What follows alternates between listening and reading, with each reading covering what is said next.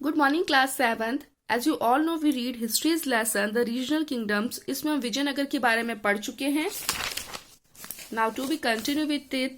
कृष्णदेव रैया के 8 स्कॉलर्स थे उसके रॉयल कोर्ट के अंदर, जिसको अष्टे दिग्गजा बोला जाता था. नाम से ही पता चल रहा है, जिसमें 8 मास्टर्स थे. वो कौन कौन से थे? अलासनी पेडाना, Nandi थिमाना, मध्यागाई Malana, दुग्जाती, oil Raju, Ram भारदू, Pingali, Surana, Ram Raja बशांतंदु and Tenali Ramakrishna Nandu. ये लास्ट स्कॉलर पॉपुलरली जाना जाता था तेनाली रमन. जो लास्ट स्कॉलर था वो पॉपुलरली नोन था तेनाली रमन. ब्राह्मणी किंगडम और विजयनगर किंगडम में जो फोर्ट कंस्टेंटली फॉर 2 रीजंस. वो दोनों जो थे वो 2 रीजन की वजह से आपस में लड़े थे. पहला रीजन था वो कंट्रोल करना चाहते थे रायकर दब को. रायकर दोआब जो है वो लोकेटेड है 2 रिवर्स के बीच में, कृष्णा और तुंगभद्रा, और जो जोड़ती है 2 किंगडम्स के बीच को, मतलब 2 राज्यों के बीच को जो जोड़ते हैं उसको बोलते हैं हम लोग Raichur Doab. Both of them wanted to control the diamond mines in Golconda. ये दोनों चाहते थे डायमंड माइंस जो गोलकुंडा के अंदर थे उसको कंट्रोल करना चाहते थे, और उसके बाद में वो बहामनी किंगडम को भी कंट्रोल करना चाहते थे. Of course not to mention is the ambition of the kings to expand their control. यानी कि ये मेंशन नहीं है कि हर एक राजा की एम्बिशन होती है कि वो अपने राज्य को एक्सपेंड करे, उसको बढ़ाए. Now is revenue administration. Regional kingdoms politically stable नहीं थे और स्ट्रांग नहीं थे जैसे कि दिल्ली सल्तनत थी. ये किंगडम्स पूरी इंडिया के अंदर ग्रेजुअली प्रॉस्परस हो रहे थे. उनके सोर्सेज, रेवेन्यू के जो सोर्सेज थे लैंड और ट्रेड के, ठीक है, their sources of revenue were land and trade. उनके जो सोर्सेज थे रेवेन्यू के वो लैंड और ट्रेड के ऊपर थे. किंगडम्स ट्राई कर रहे थे इम्प्रूव करने के लिए ट्रेड में, रोड में और कैनाल्स में. Overland and overseas trade flourish, यानी कि ओवरलैंड और ओवरसीज जो ट्रेड था वो भी उस समय जो है निखर कर सामने आया. Now is art, literature and architecture. Regional kingdoms contributed कर रहे थे डेवलपमेंट के लिए कल्चर में, लैंग्वेज में, आर्ट में और आर्किटेक्चर में. किंगडम्स एनकरेज थे लोकल लैंग्वेज और लिटरेचर के अंदर. कुछ में से इंपॉर्टेंट बुक्स जो लिखी गई थी सल्तनत पीरियड के दौरान वो थी तारीख फिरोज शाही जो जियालुद्दीन बरानी के द्वारा लिखी गई थी. फुतुह उश सलातीन जो ख्वाजा अबू मलिक इसामी द्वारा लिखी गई थी. कृष्णा चरिता जो प्रतापुत्रा देवा द्वारा लिखी गई थी, और दुर्गा भक्ति तरंगिनी जो विजयापति द्वारा लिखी गई थी. हमीर काव्या जो नयाचंद्रा द्वारा लिखी गई, और कार्मा मीमांसा जो पराशथारणी द्वारा लिखी गई. राज तरंगिनी जो थी वो फर्दर कंप्लीटेड की गई जोना राजा के द्वारा. और most famous work on Hindu laws was Mitakshara by Vijnaneshwara. यानी हिंदू लॉज के ऊपर जो थी मोस्ट फेमस वर्क किया गया, जो लिखा गया था विजनेश्वरा के द्वारा.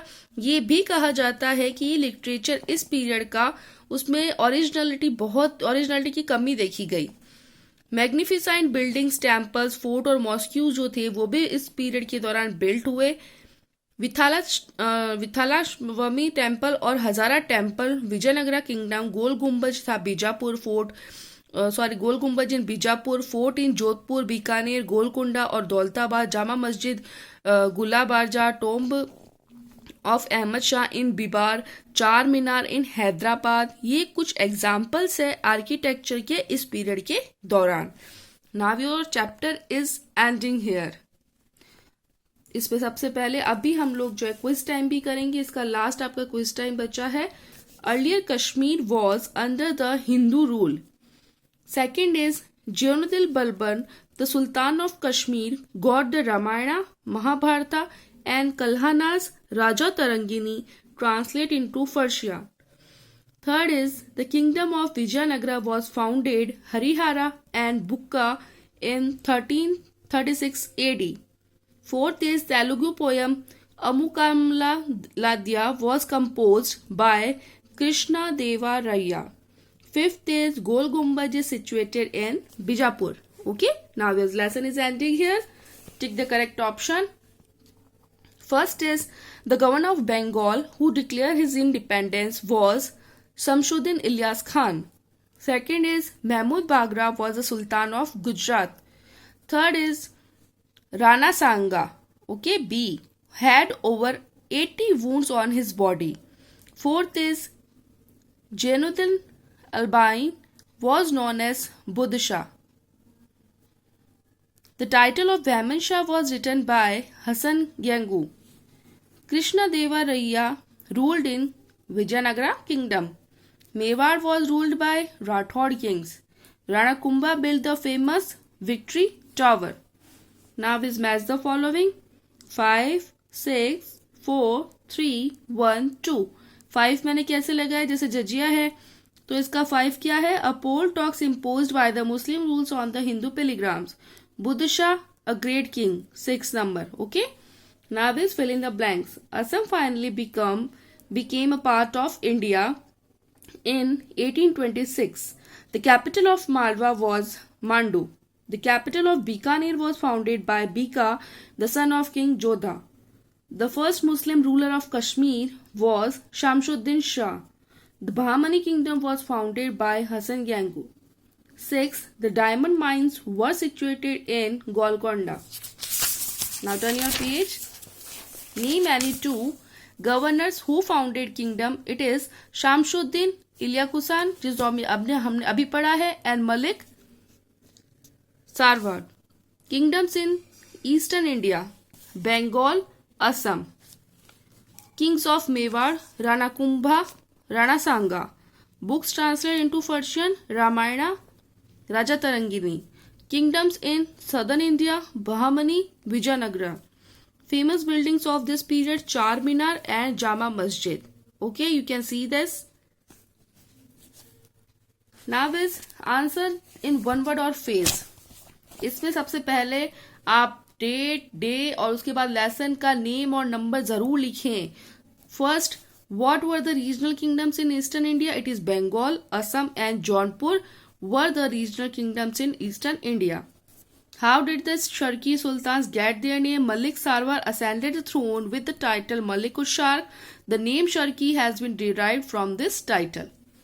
Now third, who founded the city of Ahmedabad? Ahmad Shah founded the city of Ahmedabad. Fourth is who built the Victory Tower at the Chittor? Rana Kumbha built the Victory Tower at Chittor. What is Raikar Doab? Raikar Doab, which was located between the two rivers of Krishna and Tungabhadra and lay between these two kingdoms. Okay, you can see this.